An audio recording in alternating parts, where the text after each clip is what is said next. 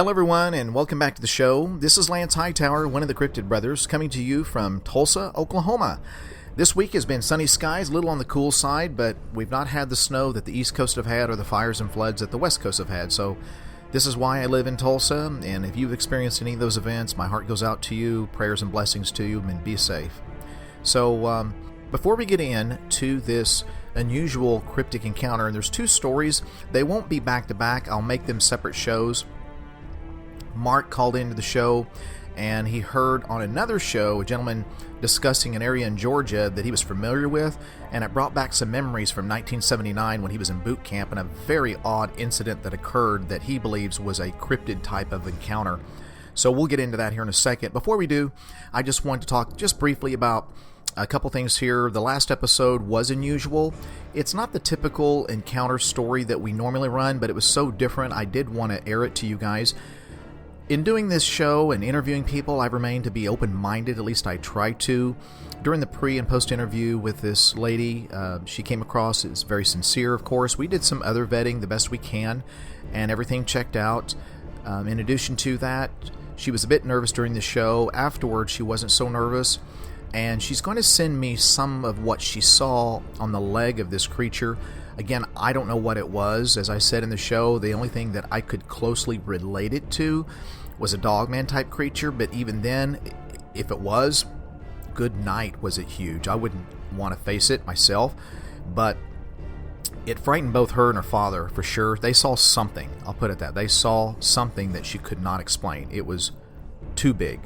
So anyway, thank you guys for commenting. I appreciate that. We always want to extend courtesy and respect for people that do call in with something, and just try to remain open-minded, because it takes a lot of courage to call in. It really does. For everyone that calls in, there'll be dozens and dozens and dozens of others that will never call in, and they'll take to the grave what they saw. So if you've seen something strange or unusual, give us a call. We'd love to hear from you. You can call our toll-free number. It'll be posted through the show. And also I'd like to mention that here soon we will have a website coming up. We're putting some final touches on it. Rob Spencer, he is our official Cryptid Brother sculptor out of Tennessee. He is amazing. This guy is very talented and gifted with his hands. He wanted me to go ahead and put up some pictures of some of the sculptures that he's getting ready to detail out and finish out. Some of them are in different states of its finished product.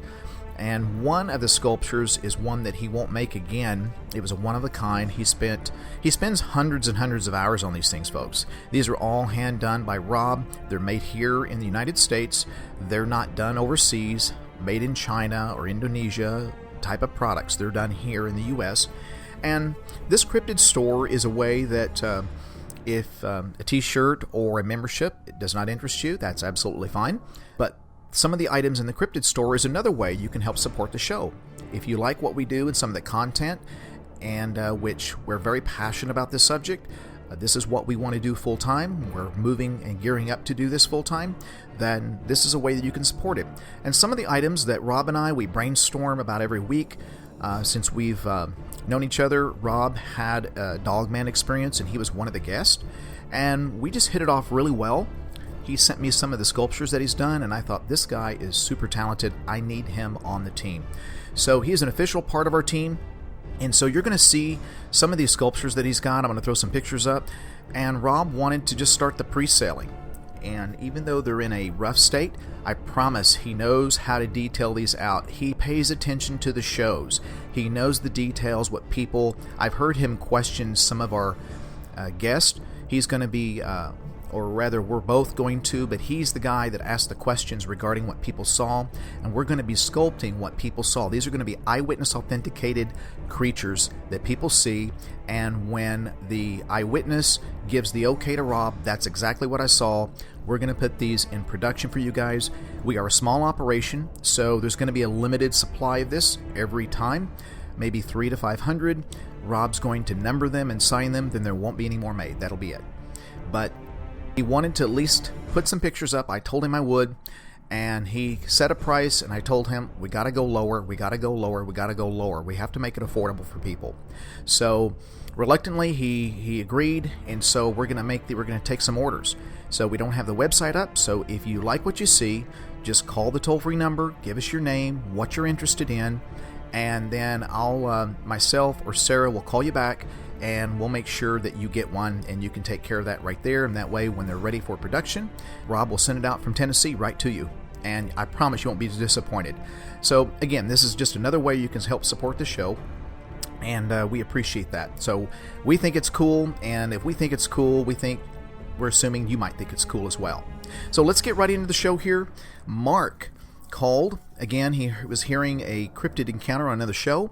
It reminded him, this person was talking about an area he knows very, very well, and it led into something he recalled back in 1979 when he was going through boot camp training, and it was in Fort Benning, Georgia. So I think you'll find it very, very interesting, as I did, and the incident that occurred that became kind of a secret. You can use my name Mark. Okay. I'm not afraid, I'm not ashamed, and I can back up anything that I say. So, okay. You know, okay, I appreciate that. It doesn't bother me. I don't care about our world today. It just, to me, our world today is fake, and what I lived, I lived. I mean, I was in the military, and when I was in, there was nobody from anywhere that said a city. They were all from Podunk, Junction, so on and so forth, what state, you know. It was never this, and, you know, I'm from this little small hick town, and they were a good bunch of guys. I mean, when I served in the military, it was a good bunch of guys. I mean, they were, you could talk to them, and you related to them, and so on and so forth. But what I've got is several stories, and this has happened over a long period of years, and I've been listening to y'all's website. I mean, I've been listening. Oh, I want to say this. I'm kind of, now I'm getting a little tongue-tied here just for a second. But anyway, my story is going to start out in 1979. I was 18 years old then, okay? Like I told you before, I came from eastern Oklahoma, just free-for-all kid. I mean, just moved to Oklahoma City, lived in this, and then started living city life. And I've never in my life heard anything about Bigfoot or Sasquatch, none of that stuff. I didn't hear that. That wasn't a part of our world. Until late July of 1979, Fort Benning, Georgia. Now, I'm going to say that, and then I'm going to stop, and I'm going to tell you something real quick before I go further with that. Sure. This is what got me. This is why I called you. Okay. Because I was listening to, was it the Sasquatch Chronicles last week? Excuse me. Mm-hmm. And I was listening to the interview. I guess was it Les or Wes? His name? Or, yes, Wes. Wes. He was interviewing a man named Terry, and he was telling a story, his encounter that he'd had with that. He was like a 14 or 15-year-old kid with his girlfriend, and they went fishing with her father on the river at the Chattahoochee River in Georgia, and he said it was at Fort Benning. He said, I lived in Fort Benning, Georgia, and that just triggered my brain. I went, whoa, Fort Benning, let me hear this. Mm-hmm. So I listened to the whole story. And after listening to it, it just really brought back everything into my mind. I'm like, wow. Because he was naming the airfield, which was Lawson Field, which is where and I was in jump school. I was airborne, and that's where they jumped us out of, at Lawson Field. And he was telling a story, and it was a fascinating story, and I really got into it, and it was so believable because I lived this. And then now I'll go back to my story. Okay. This was happening in late July of 1979, and his story was in 1981, and that's what got me. I thought, well, 81, I was there in 79. Ooh. So, anyway, when I joined the Army, and I went to Fort Benning, we went to Fort Benning, and they put us in this area. And you got to understand, I want to explain this because we were in what they called Harmony Church area on Fort Benning. And these barracks were World War II barracks. Old wooden structures, two-story structures on stilts up off the ground. Excuse me. And they were very heavy. And we were at the very end of it. Where we were at, we were really basically off the main post. They put us to the back of the fort. And we were right with woods. There was woods, thick woods all around us. And like I said, we were living in those barracks. So this all went on, and of course, we're going through training, and so the drill instructors have to come up. When we got there, they come up and they said, "Well, okay, look, guys, here it is." They laid it out for us. At nighttime, you guys, we have fire watch duty. Everybody will pull fire watch, or what they call the road guard, which they had a makeshift. It was a fake road guard with the beam come across the road, but you had to stand there. It was just training. Oh, gotcha. One man had to man that post, and then the other one was what they called a roving guard, which he had to rove. He had to walk the perimeter for about a mile, maybe a little bit over a mile, all the way the perimeter of the company area. And so, and when he did that, the roving guard had a baseball bat and a flashlight. And then the guy who manned the road guard, he just stood there. Of course, no cars ever came down there. There was no vehicles ever came through there. It wasn't that kind of a road. And then, of course, the fire watch guy stayed inside. But anyway, so we went on through training. This was in June when we started. And it got to my time in July, late July. It was my turn to do roving guard. So, anyway, I'm kind of catching my breath here for a second. Sure. Take your time. It was my night to do roving guard. Well, the drill instructors, I was 18. You're young, and when the drill instructor speaks and he tells you something, you by God listen. And if you don't want to get in a lot of trouble, you do what he tells you. So his instructions were plain and simple. Who's on roving guard? I am, sir. Okay. My duty, it was like three of us, but because you went out in like an hour, it took about an hour and a half to do the roving guard. So there was a couple of guys before me, so on. That's fine. They did their, but it was my turn. He's explaining to us, when you guys go down and do this roving guard, I'm trying to set the picture for you, but sure. Like I said, we're at the very end, the back end of this whole military deal. We're the very last area, heavily wooded areas on the north side, the west side, and the south side. And so his instructions were, we had a recreation area, which was way out, probably, maybe 300 yards from the back of our barracks. And it set down the bottom of a hill. You couldn't see the top of the place. It was just because it went down below the hill. And that was our recreation hall, which was not a very big building. I mean, it was, maybe the size of maybe two houses together type deal. And he says, when you roving guards rode down through there, you better walk the perimeter, you better walk behind this building, and you better check these windows, and you better check the door. And he said, make sure they're locked, and so on, and down, and so on and so forth. And you better do it because you'll never know when I might be there. Okay, well, that's enough to scare the hell out of you. So, you're not going to get in trouble with the DI. You're going to do it, right? Right. So, anyway, it's my turn to do it. So, I'm doing my roving guard duty. This is like 1 o'clock in the morning. So I get my flashlight, and I take over from the other guy, and he leaves and goes to bed. So I take off walking. And I go down, and I come to the point of the recreation here, and I start to walk down the hill, and I'm like, oh, God, I'm 18 years old. And it's pitch black. I mean, there's no lights down there.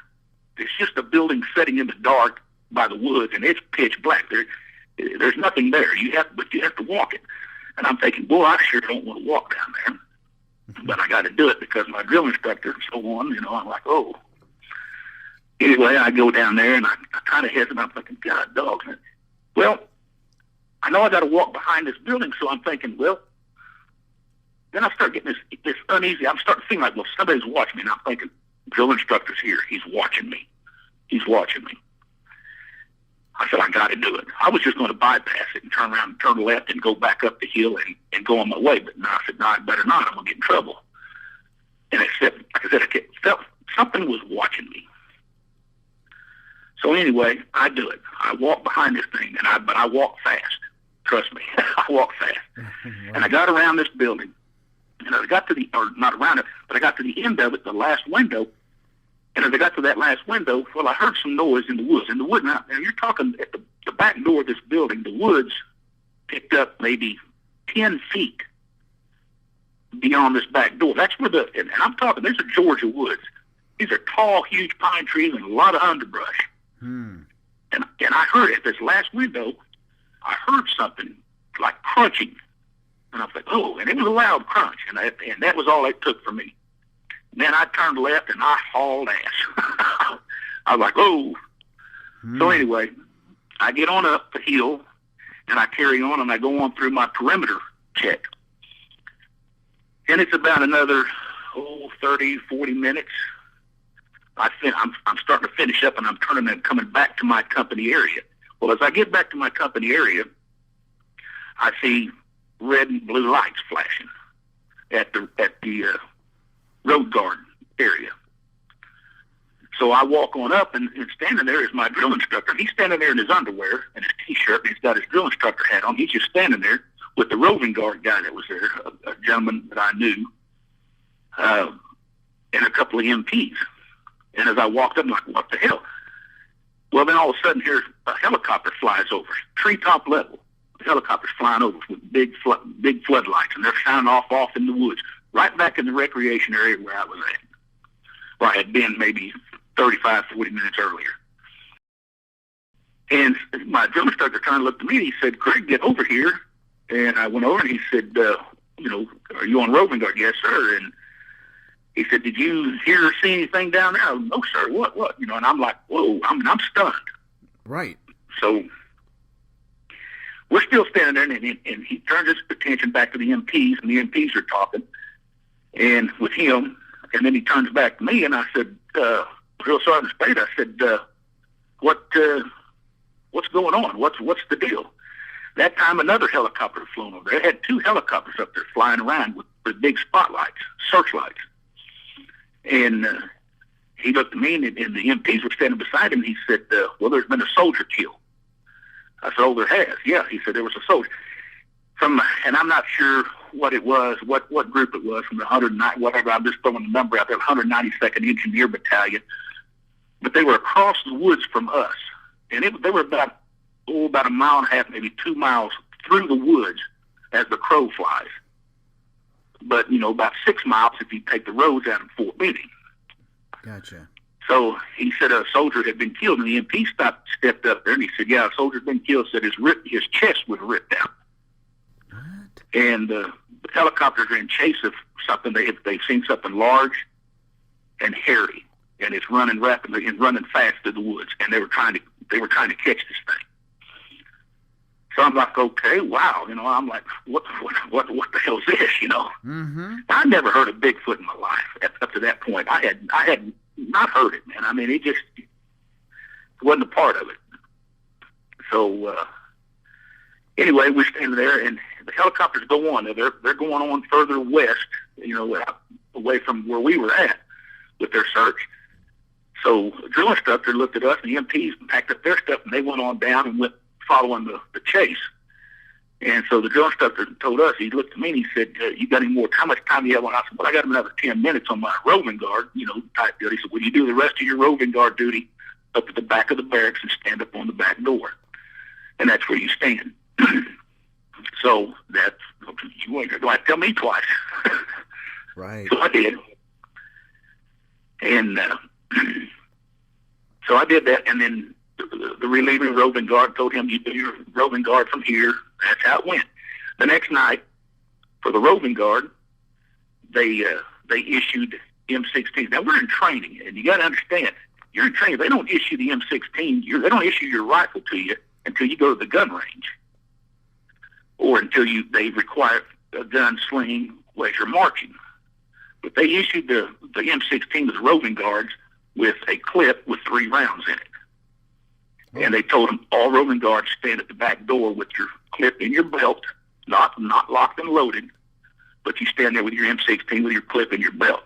And that's where you do your roving guard. And we did that for about a week, and then they just canceled roving guard duty, period, for the rest of our term there. So, I mean, at that point, then of course, and I was writing letters. And another thing that got me, too, is I got my old letters. My mother passed away in 1995, and I got all the stuff that I had given her over the years, and I just happened to go pull out my old letters I had wrote to her, and my dad. And I mentioned it, I write it in her letter, and I didn't want to scare her, but I wrote a little bit about it to her, and then I wrote something to my dad about it. And I forgot about that until I got the old letters out here about a week ago and was reading them. I was like, wow. And my sons are like, damn, Dad, wow. Mm-hmm. So, yeah, well, I mean, that's why I told myself, yeah, I lived it. I mean, I was there. It really happened. So my oldest boy, he's been searching. And, of course, this is military. And I was listening to a couple of your shows. They hide this stuff, man. They cover this stuff up. You can't. In one of your shows, you said you're not going to find out, and you're absolutely right. You can't find out anything about this. That's right. We tried to get a hold of the Columbus, Georgia newspaper. Of course, they didn't have anything. Nothing, nothing. In the military, stars and stripes, of course, you're not going to get anything out of the military. You know that. Yep. So there's nothing there. I mean, there is no proof that existed. The only proof that I had that happened was through the 2 letters that I wrote to my parents in July of 1979. Now, mother boy looked at me and says, well, Dad, don't you think maybe you think they just did that for training purposes? I said, well, no. You think about this. The military is not going to go at 1 o'clock, 1:30, 2 o'clock in the morning. They're not going to go out there to scare a few little roving guards or a couple little recruits. They're not going to send helicopters up in the sky, send MPs out there at 1, 2 o'clock in the morning, and get your drill instructor up at 1 o'clock in the morning. He's been up longer than you have. Mm-hmm. They're not going to do that just to try to have a little training session. That was not even. Again, I go back to that common sense thinking that I was talking about earlier. Mm-hmm. Common sense tells you that's not going to happen. I don't care who you are. They're not going to do that. Exactly. The most that they would have done was the drill instructor would have went down there and unlocked the window and went back home and went to bed, and then the next morning said, did you check the windows at the recreation area? Yes, sir. Were they locked and closed? Yes, sir. Then he could say, no, they weren't because I unlocked it, and then you're in trouble. You know what I'm saying? Right. So, now, I never really, after I wrote the letters, and it took about a week, then it just completely died down through the whole platoon or the whole company. Nobody even cared about it. It was gone. I mean, that's the last I'd heard of it. So, anyway, that was what happened in Fort Benning in 1979. And that's what got me with listening to Terry with Wes, talking to Terry, and him saying that it was there. There was a Bigfoot there. I know it was. I didn't really think about it back in those days when I was 18. I came home from leave. My mind was coming home. Because when I left basic training, I was coming home to get married. And I married the woman 4 weeks later. And I'm still married to her today, I'm happy to say. But that's great. But anyway, that happened. Well, Mark, can I ask you a question on that? Sure. When it was your drill instructor, when you asked what happened and the MPs were standing there, it was your drill instructor that told you that a soldier was killed and something hairy did it. Is that right? Well, the drill instructor said, yeah, he said there's been a soldier killed, and he said the company that he was killed from that was across the woods, but then the MP stepped up, and the MP said, yeah. He said, yeah, it was something big and hairy, and that's what they're. He interrupted the drill instructor, and he was saying that something big and hairy, and that's what they're looking for. They're chasing through the woods now. Wow. So it was the MP. So what was when the MP said that and interrupted your drill instructor, how did your drill instructor behave? Oh, he just stood there. He was just as flabbergasted as we were. I mean, he's like, whoa, he was woke from a dead sleep and brought out there for that reason. It's like, whoa, what's going on? Right. I mean, I could understand his response to it. That's why I say I sat and thought about it, and that's why I say this was not an Army ploy. This was something that just happened. Right. Well, it's there's things that that happen in the field, and a lot of people that have been out in these particular areas, training areas. We did a story on a gentleman. There's an episode, I can't recall off the top of my head, but a gentleman that was training down in Fort Sill.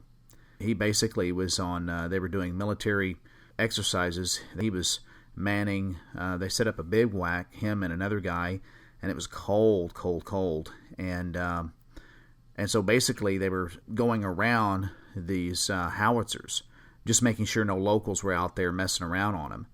But before all that, what stays in the field was kind of mentioned.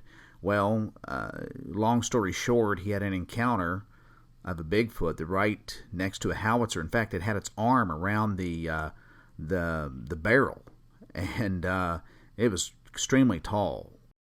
He walked up to it, scared the bejeebies out of him. Well, he got back to the bivouac site. He had to call in on the dot, and he told his superior.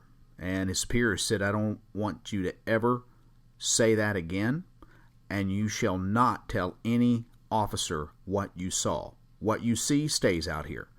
And that was it. And he's like, but they don't want to acknowledge it, that it upsets them. Some people, it upsets them because this is not supposed to exist, and when they have clear visual that it does or that they are real, some people act, and the reason why people do that is that they act out of anger in covering for their fear. That's why they do it. Because it scares the bejeebies out of people to know they exist, or something like this can exist, so they mask it with anger. Don't talk to me about it, and they get very violent in with verbiage, and that's what they're doing. They're covering it up with anger, because their perception of what they thought existed has all been shattered. So that's very interesting. When I agree with you, common sense says you're not going to get a drill sergeant up that's out in his skivvies, and you've got helicopters out there. No, that's not a training exercise. That's the real deal. No, absolutely. I mean, the military's not going to fly Huey helicopters up in the air at 2 o'clock in the morning. They're not going to fly helicopters up there. Mm-hmm. Just to prove a point or to try to train somebody. They're not training anybody. What are they training? 3 people? I mean, exactly. You're going to train, you get the whole company out there, But no, exactly. I agree. I mean, Did you ever find out? It's always here, man. I mean, this is a story. Now, I've told this story probably since 1979. I may have told this story 5 times. And out of those 5 times, I've got nothing but laughs and eyeballs roll. Oh, come on, man. That kind of. So, and I don't talk anymore. I'll say it, and I'll say, okay, well, never mind. Well, and walk off. And I understand. We have family that does the exact same thing. They roll their eyes. There's an agency, we don't know what they're called, so we just call them the Men in Black, that their sole purpose is to cut the chatter.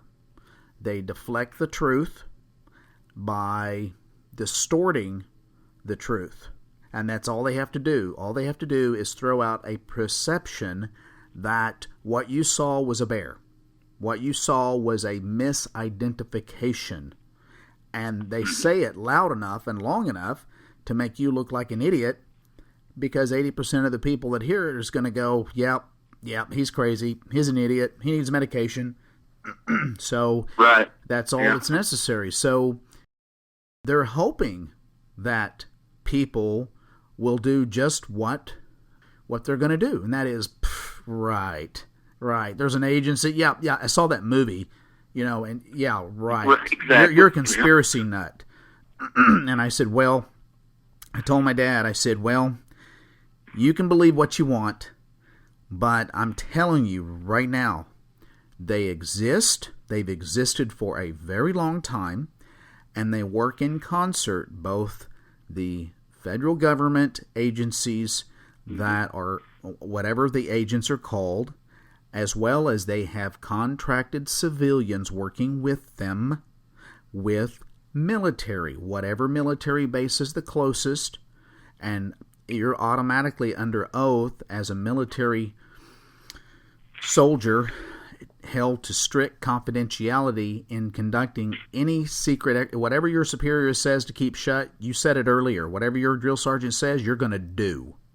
Exactly. And if he says you will not talk about this to anyone, do you think you're going to listen? Yes, you will listen. In fear of your career being on the line? Who knows what else? So, yeah, right. You'll be quiet. And so it was kind of strange too, Les, because when this happened, like I said, this happened like between 1 and 2 o'clock in the morning, and our formation was called at 5 a.m. So we're talking 3 hours later, and even in formation, nothing was said. Not one word was said. Nothing was said. Well, gentlemen, we had a big deal here last night. If y'all heard or saw, nothing. It just carried on training as usual. I mean, you would think at least you'd be like, go look. Somebody would raise their hand and say, "Sir, what happened?" Nothing. It was just they just kept on going. I mean, it was like nothing happened. So, do you know whatever came of their investigation or looking around, the helicopters or anything like that? No, we never heard anything. Never got anything out of it. I wrote back to my dad. 2 days later, I guess it was, or the next day. I think it was the next day. I wrote letters every day, and I told him, I said, the MPs came back out. The MPs came back out to I think it was 2 days. This happened I want to say, I'm not sure if you look back on an old calendar and see probably, but I think this happened on a Saturday. I think it was on a Monday when the MPs came back out to our platoon area. And again, I say, I want to reiterate, we're in the boonies, man. We're in the boonies. That's where we were at. As a matter of fact, our group that went through these World War II barracks, we were the last group to go through them. After that, they demolished these things a year or so later, like a year later. They never put any more platoon training through there. But that being said, I wrote a letter to my dad and telling him the MPs came back out and was talking to our officers, our people in charge, our drill instructors and lieutenants, and telling them. And of course, I never got, he drill sergeant, do we know? I said, nope. And that was it. I mean, and after that, it kind of went out of my mind for many, many years. I mean, of course, I reiterated it when I came home. Oh, yeah, this happened. Well, everybody laughed. Okay, forget it. And I never thought about it really thought about it and put intense thinking into it. Until I heard Terry talking with Wes on his Chronicles show. And when he said Fort Benning, then I was like, God dang it, I knew there was something going on out there. Mm-hmm. And that's when I started, and things started coming back to me. I was like, like I said, I'm 56, man. It's been almost 40 years. I mean, But anyway, that was, that's all that happened at the Fort Benning that I could get up. And I've been trying to look for the last week. I've been trying to pull up and trying to get information, trying to locate old guys that was in my platoon to see if anybody remembered it. I'm getting nowhere with that. But what happens in some cases is that there's two reports. We always talk about this. There's two reports. Right. There's what happened, and then there's the report that goes out to the public. Now, in this regard, this occurrence, it occurred all within the military. It did not even hit a civilian level.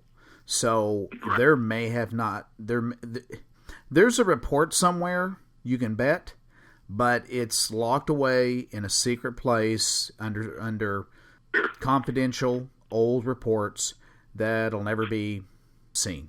So it did happen, especially if the unfortunate encounter of a soldier losing his life like that. So they had to make a report on something to his family. But you can bet it wasn't. You and I both could sit here right now, and we could disclaimer real easy. We could write a disclaimer to the newspaper tomorrow and say, well, a soldier was killed at Fort Benning, Georgia last night. Yes, he was mauled to death by a bear, and the military chased after the bear through the woods and didn't get him. And the rest of the public out there go, wow, unfortunate, sorry. Exactly. We all need to watch them bears. Well, there's no damn bears on Fort Benning, man. There's just too much. There's too much. There's too many guard posts. It's Fort Benning, Georgia. One may wander into it, but they're not a killer bear. And we don't have grizzly bears. Black bears don't do that stuff like that. You're an outdoorsman. Black bears just don't attack and just rip people apart and kill them, just for no reason.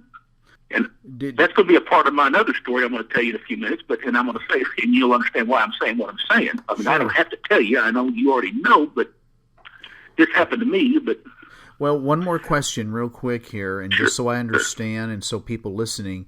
So when that MP officer stepped forward again, did he say it was something on two legs or upright, or again, how did he describe what killed this?